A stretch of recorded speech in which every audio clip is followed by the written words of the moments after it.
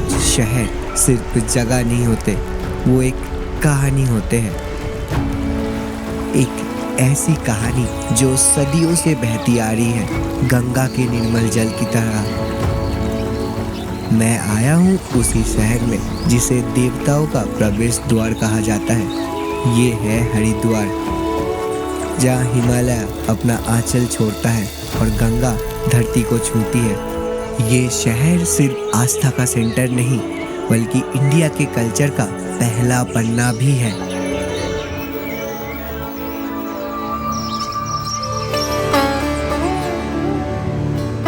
अब हरिद्वार में है तो चलिए हरिद्वार के इतिहास के बारे में जानते हैं।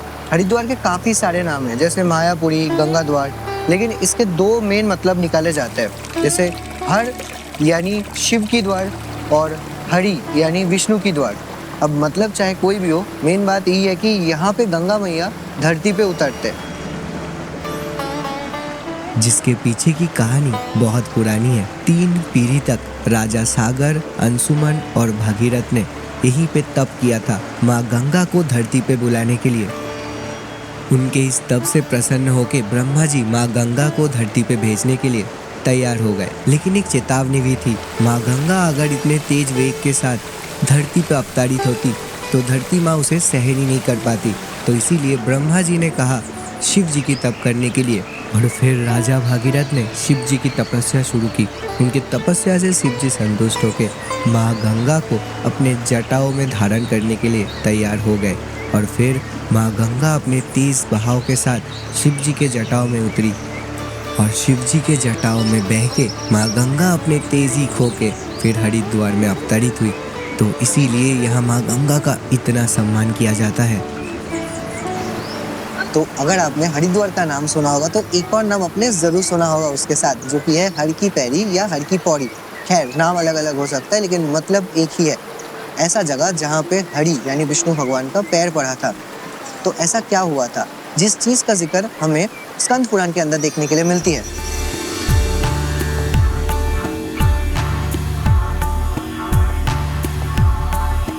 एक समय की बात है जब देवता और असुर दोनों ही अमर होना चाहते थे, जिसके लिए उनको अमृत चाहिए था, जो अमृत दूध सागर में कहीं छुपा हुआ था। और भगवान विष्णु के सुझाव पर दोनों ने मिलकर इसी सागर को मंथने का फैसला किया।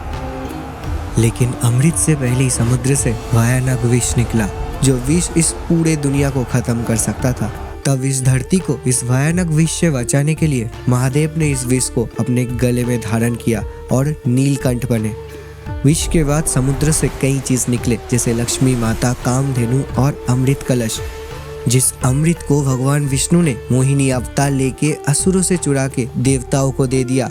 देवता इसे पाके अमर बन गए, लेकिन इस अमृत कलश से 4 बूंद अमृत धरती पे गिर गए थे, जिसका एक बूंद गिरा था हरिद्वार में, इसी जगह पे जिसे कहा जाता है हर की पौड़ी, जहाँ आना लोग अपना पुण्य मानते हैं। और इसी वजह से हर 12 सालों में हरिद्वार में कुंभ का पूर्ण स्नान किया जाता है। इसी वजह से हरिद्वार के हर की पौड़ी पे गंगा स्नान करने को आज भी लोग एक पुण्य का काम मानते हैं।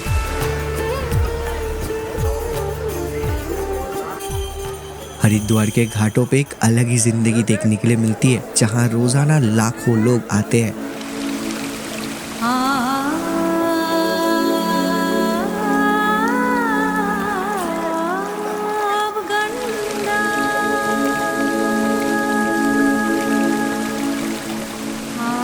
जहाँ हर किसी को ये घाट अपने अपने तरीके से ही नजर आती है।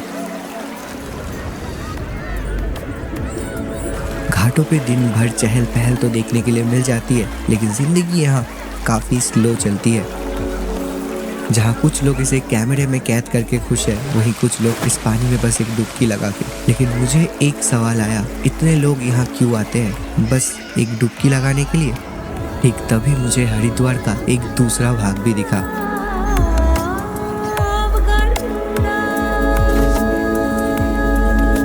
हिंदू सनातन धर्म में हरिद्वार को बहुत पवित्र स्थान माना गया है, जहाँ लोग अपने पूर्व पुरुष के आत्मा के शांति के लिए, उनके नए जिंदगी के लिए पूजा पाठ, पिंड दान करने आते हैं।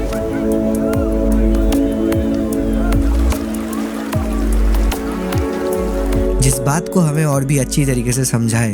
पंडित दीपक कुणाई। अभी जो चीज मैं देखता हूँ कि यहाँ पे बहुत से लोग आते हैं, मतलब बहुत भीड़ है यहाँ पे। जी। कोई लोग आते हैं देख के लगता है कि नहाने के लिए आए हैं बस, किसी को देख के लगता है कि पता नहीं बस अपने आप को ढूंढने के लिए यहाँ पे आए हैं। तो बहुत से लोगों की भीड़ होती है। हाँ। तो भीड़ का मेन मतलब लोगों का आने का यहाँ पे जो मतलब है वो क्या लगता है आपको कि किस वजह से इतने लोग यहाँ पे आते हैं? देखिए, एक तो जो पुराणों द्वारा एक चली हुई बात है कि जो है हरिद्वार में आने से जो ज्ञात किए हुए पाप हैं वह पूर्ण रूप में हट जाते हैं। तो पहला कारण ये है कि जो लोग जानते हैं वो इस रूप से आते हैं कि हरिद्वार में ज्ञात पाप दूर हो जाते हैं। दूसरी बात ये है कि हरिद्वार में आने का दूसरा कारण ये है कि इधर व्यक्ति की जो मनोकामना हो वह अवश्य पूर्ण हुई है।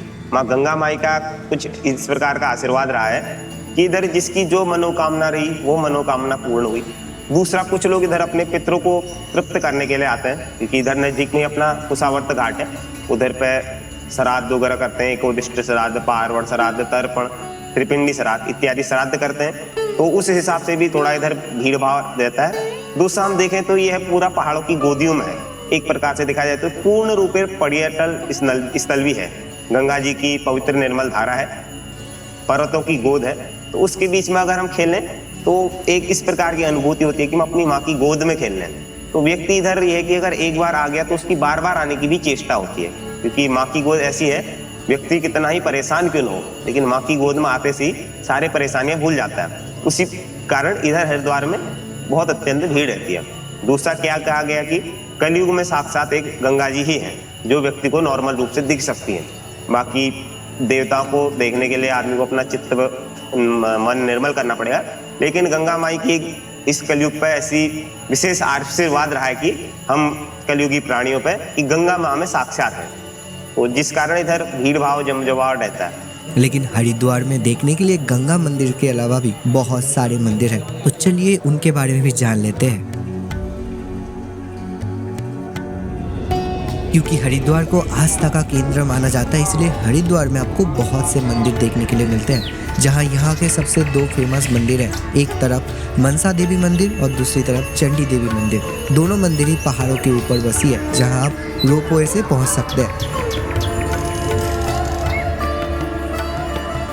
मनसा देवी और चंडी देवी के मंदिर के अलावा आप यहाँ विजिट कर सकते हैं इस मंदिर को। ये है हरिद्वार की अधिष्ठात्री देवी माया देवी का मंदिर, जहाँ की शांत और बिना भीड़ भाड़ का एटमॉस्फेयर आपको बहुत पसंद आएगा। हम ये बात जानते हैं कि हरिद्वार को कहा जाता है कि मंदिरों का शहर, क्योंकि यहाँ पे बहुत तरह तरह के मंदिर हैं। उसमें से एक बहुत खास मंदिर पर फिलहाल हम लोग मौजूद है। ये है माया देवी का मंदिर, जो एक शक्तिपीठ है, क्योंकि माँ सती के जो नाभि और हृदय थे वो यहीं पे गिरे थे, और इसीलिए इस मंदिर को बहुत ही ज़्यादा माना जाता है। और साथ ही साथ एक सिद्धपीठ भी है। सिद्धपीठ उसे कहते हैं जिस जगह पे अगर आप कुछ भी मांगते हैं तो आपकी मनोकामनाएं पूरी हो जाती है। माया देवी के मंदिर से आशीर्वाद लेने के बाद अब हम चलते हैं हरिद्वार के दूसरे मंदिर की तरफ।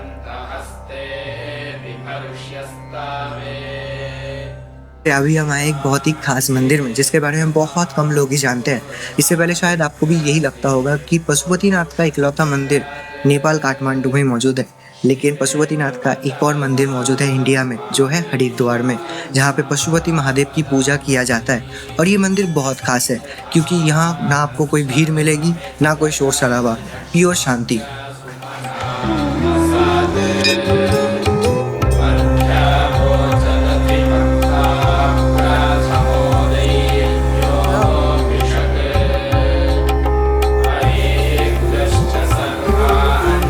तो दोस्तों, अभी चल रही है सुबह का वक्त, और सुबह का वक्त यानी नाश्ते का समय।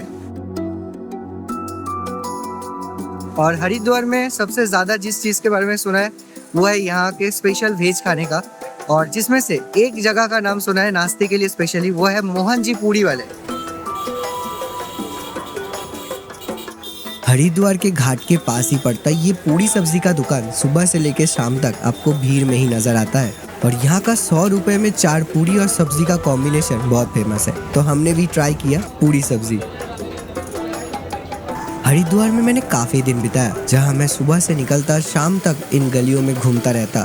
यहाँ की गलियों की अलग ही बात है, रास्ते का शोर शराबा, लोगों की चहल पहल, दुकान से आती हुई आवाज़ें, कुछ मुस्कुराते हुए लोग और खाने की बेहतरीन खुशबू।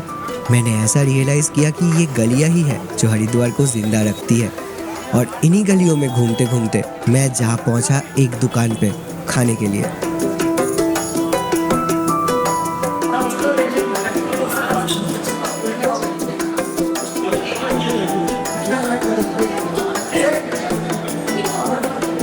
अब किसी भी शहर को जानने का तरीका उसके खाने से होके गुजरता है। अब किसी भी शहर को जानने का रास्ता उसके खाने से होके गुजरती है। ठीक वैसे ही हरिद्वार में सबसे ज़्यादा जो फेमस है वो है यहाँ की पूरी सब्जी। हाँ, लाजवाब। यहाँ की पूरी सब्जी में बहुत ही ज़्यादा खासियत है। पूरी यहाँ पे बहुत ही ऑथेंटिक तरीके से दिया जाता है, वैसे पत्तियों के ऊपर सजा के दिया जाता है, जो देखने में बहुत ही ज़्यादा अच्छा फील देता है। साउथ इंडियन टाइप का फील देता है ये। और साथ ही यहाँ पे 3 तरीके की सब्जी भी दिया गया है, कद्दू की सब्जी, आलू की सब्जी और एक दाल भी दिया गया है। और पूरी के अंदर एक मसाला भी है जो पूरी को बहुत ही ज़्यादा एक सॉफ्ट सा फील देता है। वही जो इसकी सब्जी है ये तीखा है, तो तीखा और मीठा और सॉफ्टनेस का जो कॉम्बो है ये बहुत ही ज़्यादा स्वादिष्ट है। तो पूरी सब्जी तो हम हरिद्वार में बिल्कुल भी मिस नहीं कर सकते। अगर आप हरिद्वार घूम रहे हैं तो यही आपका दिन भर का खाना बन जाएगा। हरिद्वार में जो सब्जी मिलती है कद्दू की, उसके अंदर एक खटास और मिठास दोनों है, जो मुझे पर्सनली बहुत ज़्यादा अच्छा लगने लग चुका है। कद्दू से प्यार हो चुका है मुझे हरिद्वार की वजह से। और इसी वजह से पंडित जी पूड़ी वाले का खाना मुझे सबसे ज़्यादा स्वादिष्ट लगा है हरिद्वार में। अब खाने के साथ साथ हरिद्वार फेमस है अपने मिठाइयों को लेके। तो यहाँ पे बहुत तरीके की मिठाई मिलती है जहाँ पे आप ट्राई कर सकते हैं छाछ, दूध से बने हुए बहुत सारे मिठाई और यहाँ की सबसे फेमस बेसन, सूजी और घी से बने हुए हलवा। अब खाने के साथ साथ आप हरिद्वार में कर सकते हैं शॉपिंग भी। यहाँ का कोतवाली मार्केट आपको बहुत ज़्यादा लाइवली नज़र आएगा, जहाँ शॉपिंग करने के लिए ढेर सारे दुकानें और खरीदने के लिए बहुत सारे आइटम्स हैं। तो आप हरिद्वार के इन गलियों में दिन भर घूम के ढेर सारे शॉपिंग कर सकते हैं और इसी में आपका पूरा दिन भी बीत जाएगा। और हर रोज़ दिन ढलते ही हरिद्वार में मनाया जाता है एक फेस्टिवल। तो अभी वक्त हो चुकी है शाम की, और शाम के वक्त हरिद्वार में सबसे बड़ी जन समारोह देखने के लिए मिलती है, जो है यहाँ की स्पेशल गंगा आरती के लिए। और फिलहाल गंगा आरती बहुत सारे जगह पे होती है, जहाँ से गंगा मैया बहती है उन जगहों पे आपको गंगा आरती देखने के लिए मिल जाती है। लेकिन जो हरिद्वार की गंगा आरती है वो सबसे स्पेशल है, क्योंकि यहाँ पे सबसे पुराने टाइम से गंगा आरती चली हुई आ रही है। और जितना मान सम्मान यहाँ पे गंगा जी को किया जाता है उतना और कहीं पे नहीं किया जाता। और फिलहाल लोगों का भीड़ उस तरफ जा रही है जहाँ पे गंगा आरती होने वाली है, और हम भी जा रहे हैं अपना जगह लेने के लिए और इस स्पेशल गंगा आरती को महसूस करने के लिए, देखने के लिए।